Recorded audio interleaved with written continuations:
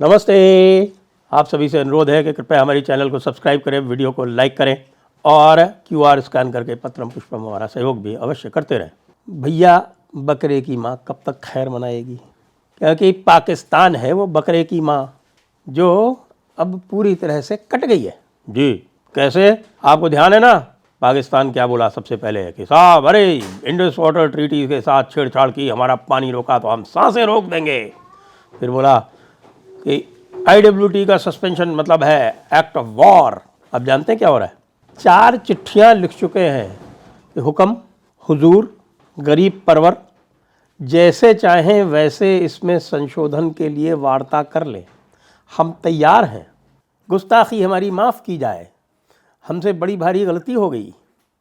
यार, तुमको 2021 से लिखना शुरू कर दिया था, 2023 में लिख दिया, 2024 में लिख दिया कि भाई ये जो ट्रीटी है अब ये अपना काम सर्व नहीं कर रही है, हमारे सारे के सारे बांध जो हैं वो भरे जा रहे हैं, उनकी डीसिल्टिंग नहीं हो पा रही है, उनमें पानी का जो भराव है, पानी की जो कैपेसिटी है वो कम होती जा रही है। आप इसका जो सिस्टम है वो ठीक करेंगे? नहीं, हम तो डीसिल्टिंग नहीं होने देंगे। जब भी डीसिल्टिंग करने की कोशिश करो, नहीं डीसिल्टिंग नहीं होने देंगे। जब भी आप कोई बांध बनाने की कोशिश करो, अपना जो 3.6 MAF पानी जो हमें स्टोरेज अलाउड है ट्रीटी में, उसमें पंगे, हर चीज़ में पंगे। मतलब IWT एक अपर राइपेरियन की एक प्रिविलेज होती है। IWT Indus waters treaty upper riparian की प्रिविलेज के रूप में होनी चाहिए थी, और उसको पाकिस्तान ऐसे इस्तेमाल कर रहा था जैसे कि वो पूरी तरह से भारत के ऊपर हुक्म चला रहा हो, भारत के ऊपर पूरी हुकूमत कर रहा हो। ये हाल हो गया था। और उसके लिए तो किसको हम दोष दें साहब? हमारे नेहरू चाचा थे, और नेहरू चाचा जो थे वो बहुत ही कोमल मन के थे, और उनकी जो सारी कोमलता थी वो दूसरों के लिए, दुष्टों के लिए, ब्लैकमेलर्स के लिए, जो उनको लात मार सके उनके लिए रिजर्व थी। भारतीयों के लिए कोई कोमल मन उनका कभी भी नहीं हुआ, और विशेषकर हिंदुओं के प्रति तो बिल्कुल ही नहीं हुआ।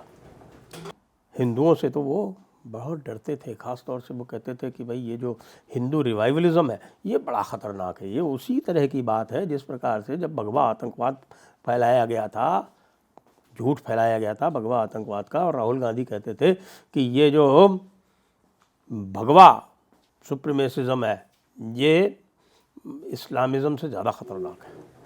ये नेहरू चाचा की ही थिंकिंग थी। तो नेहरू चाचा ने इंडस वाटर्स ट्रीटी में सब कुछ भर भर के 80% पानी बेसिन का उठा के पाकिस्तान को दे दिया।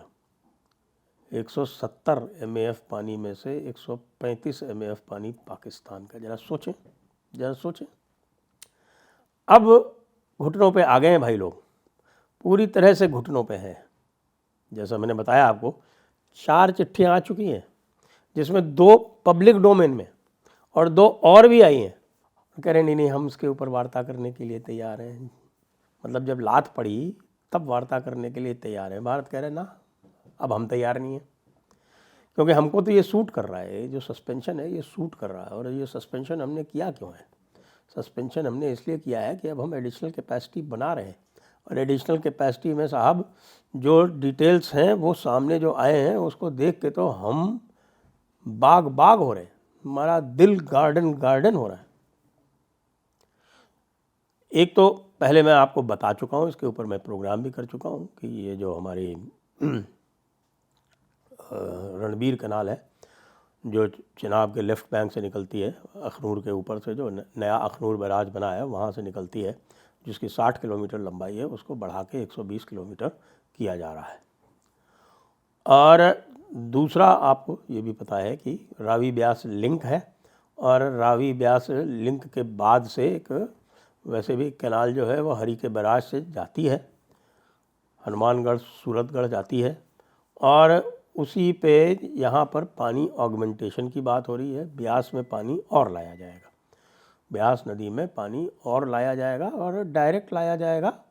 उसके लिए 2 विकल्पों की बातचीत चल रही है जो मैं आपको बता चुका हूँ, और वो दोनों विकल्प जो है 30-30 किलोमीटर की टनल बनानी पड़ेगी, और 30-30 किलोमीटर की टनल बना के पानी जो है वो रंजीत सागर में ला के, रंजीत सागर का थोड़ा सा उसकी कैपेसिटी बढ़ा के, उसका स्टोरेज बढ़ा के और वो पानी एक पैरेलल कैनाल, जो रावी ब्यास कैनाल है उसके एक पैरेलल बना के ब्यास में और डाला जाएगा और फिर एक ब्यास सतलज लिंक बनाया जाएगा।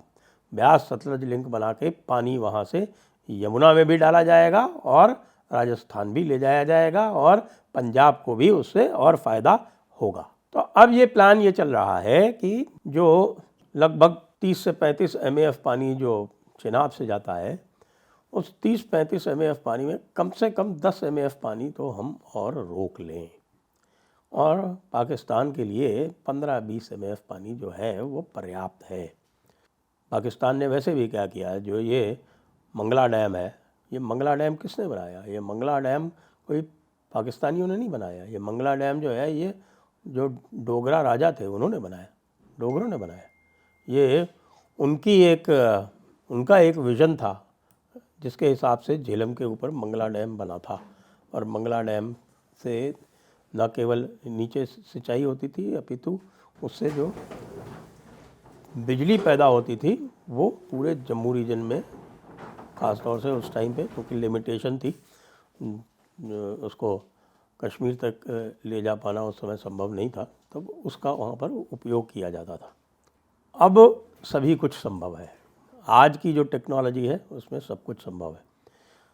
भारत ने ये बताया है कि लगभग 7 से 8 million cubic metre desilting Baglihar और सलाल पे कर ली गई है, क्योंकि पाकिस्तान जब डीसिल्टिंग नहीं करने देता था और कहता था कि आप मानसून महीनों में डीसिल्टिंग करो, तो मानसून महीनों में क्या डीसिल्टिंग करें, उस समय तो पानी की आवक इतनी होती है कि उस समय डीसिल्टिंग हो ही नहीं सकती।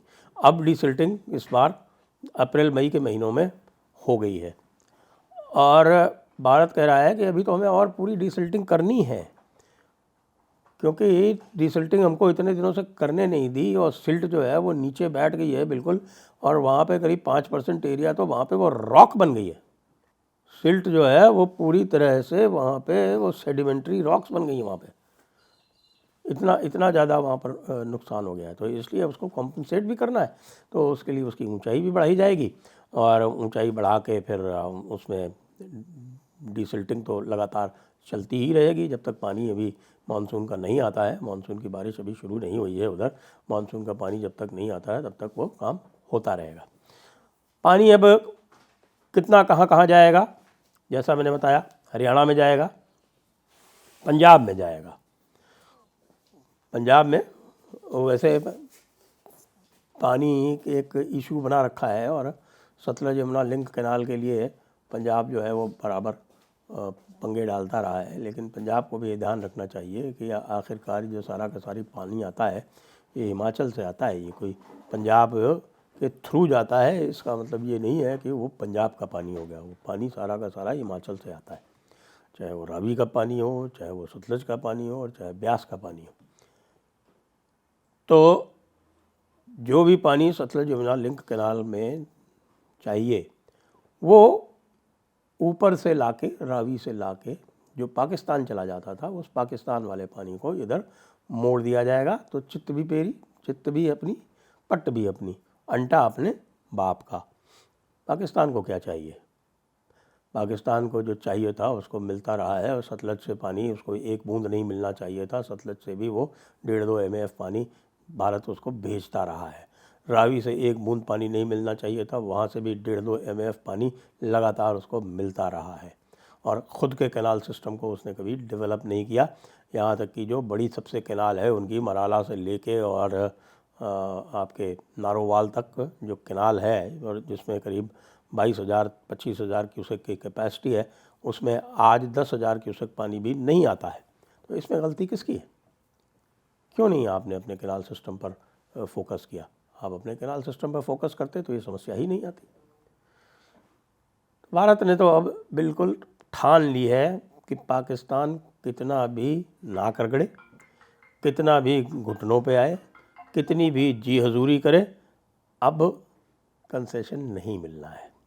और कंसेशन मान लीजिए कभी सब हम अपना काम धाम करके 2-3 साल बाद मान लीजिए कोई रीनेगोशिएशन होता भी है तो ये 80% वाला सिस्टम नहीं रहेगा, 50-50 जाएगा।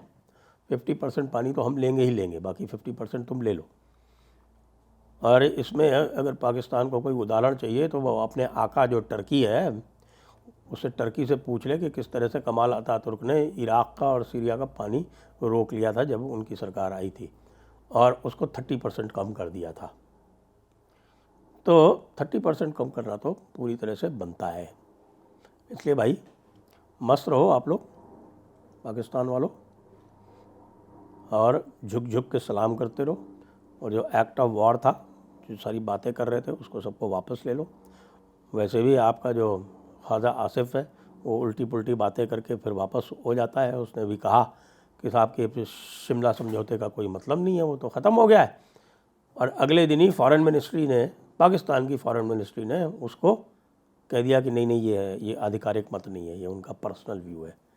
यार डिफेंस मिनिस्टर जैसों को तो रिज़ाइन कर देना चाहिए। वैसे ख्वाजा आसिफ को बिल्कुल रिज़ाइन नहीं करना चाहिए, वो भारत के हित में काम करते रहते हैं।